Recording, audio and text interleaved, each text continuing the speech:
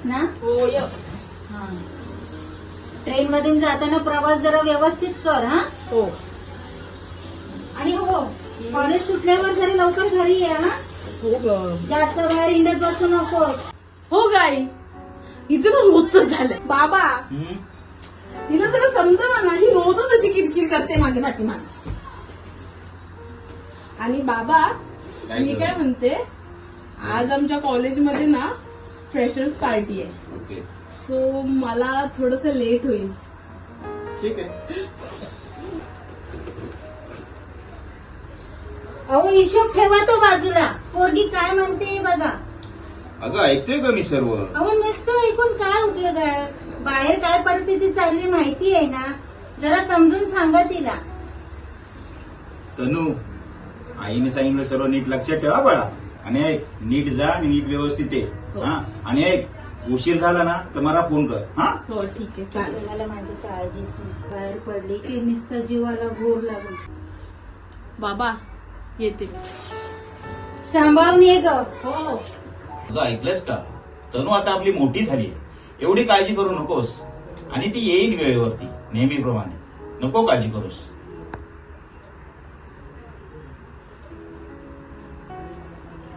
पोरगी घरासून बाहेर पडली का नुसतं जीवाला घोर. अगं एवढा विचार कशाला करतेस? अगं ऐकतेस का? मला जरा चहा देतेस का ग? हा? एवढा कसला विचार करतेस? नाही हो. मला चहा दे जरा. हा विसरली, तुम्हाला चहा पाहिजे होती ना. विसरली. देते आणखी.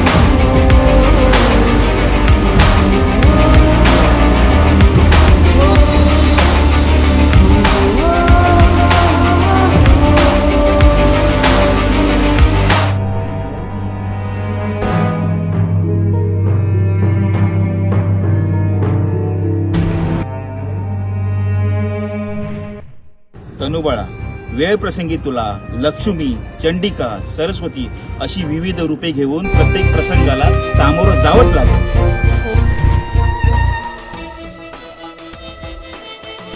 कितीही काही करा, मुलींवरचे अत्याचार थांबणं कठीणच आहे.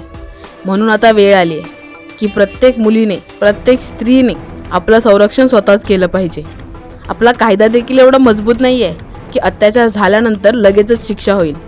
प्रत्येक मुलीने दुर्गा मातेचं रूप घेऊन त्या नराधमांना स्वतःच शिक्षा केली पाहिजे.